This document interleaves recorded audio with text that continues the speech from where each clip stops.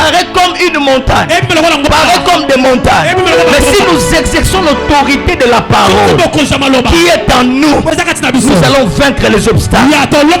C'est pourquoi un homme de Dieu qui abandonne la parole, les obstacles vont lui vaincre. Parce que la seule machine pouvant, n'est-ce pas, écraser tous les obstacles, c'est la dimension de la parole que Dieu a mis en toi. Écoutez, certains coups dans le ministère, certains chocs dans le ministère, ce n'est pas le diable, ce n'est pas Satan. Je vais vous montrer une chose. Lorsque je suis en train de somnoler dans mon ministère, ou lorsque je suis en train de somnoler, pour qu'on me réveille, on va me taper et je vais me réveiller. Certaines choses, certains coups dans le ministère, certains obstacles, c'est Dieu lui-même. Parce qu'il voit que tu n'es pas en train d'accomplir la mission qu'il a pris. Et le Seigneur viendra, il va te taper, il va te donner un coup pour te réveiller, afin que tu ailles accomplir sa volonté.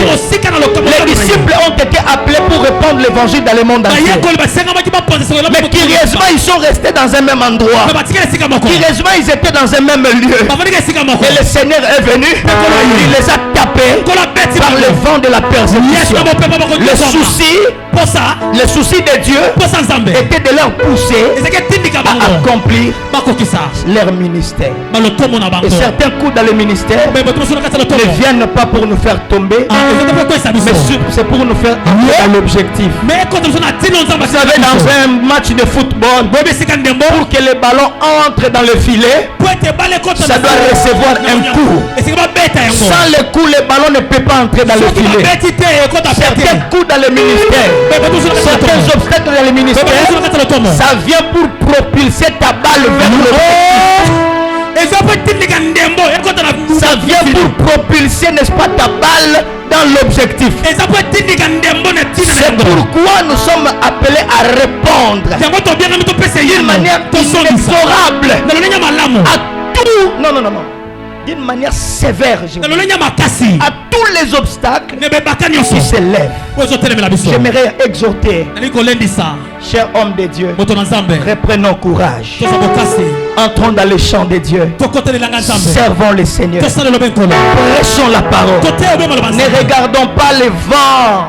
Et j'ai souvent l'habitude de dire que notre Dieu, il n'est pas contemporain, mais il est authentique. Il est authentique. Servons ce Dieu authentique. Prêchons la bonne nouvelle sans mélange. Sans mélange. J'aimerais donner une édification. Pendant que je pensais comment bénir les orateurs, j'étais là, il n'y avait rien. Dieu sait lui-même pourvoir aux besoins. J'étais là au bureau, j'étais en train de penser. J'ai vu une maman qui ne prie pas ici, mais j'ai prié pour elle une fois. Elle me dit, papa, je suis en train de suivre les cultes. Je dis, ah bon, c'est bien. Je dis, papa, je vais acheter les carburants. J'ai dit, maman, mais je ne connais pas la maison. Il me dit, il me donne l'itinéraire. J'ai pris un serviteur, je lui dis partez. Il me dit, papa, vous mettez combien de litres? Au moins 10 litres. Dans ma tête, je mettais 10. Elle va peut-être donner 40 000 francs. 50. Et quand elle a donné l'argent, l'argent était complètement ce que j'ai cherché pour bénir l'orateur de l'année.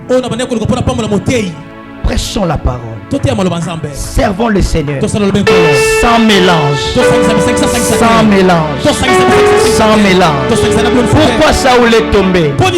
Parce qu'il a abandonné la parole. Un ministre de Dieu qui abandonne la parole, il va être ballotté par les obstacles. C'est ça la honte maintenant que nous avons aujourd'hui. Parce que nous sommes en train de voir les hommes de Dieu en train de supplier les brebis. En train de supplier les brebis. L'évangile que nous avons reçu, c'est un évangile éternel. Je ne peux pas vendre ce qui est éternel à cause de ce qui est éphémère. Beaucoup plus, cher homme de Dieu,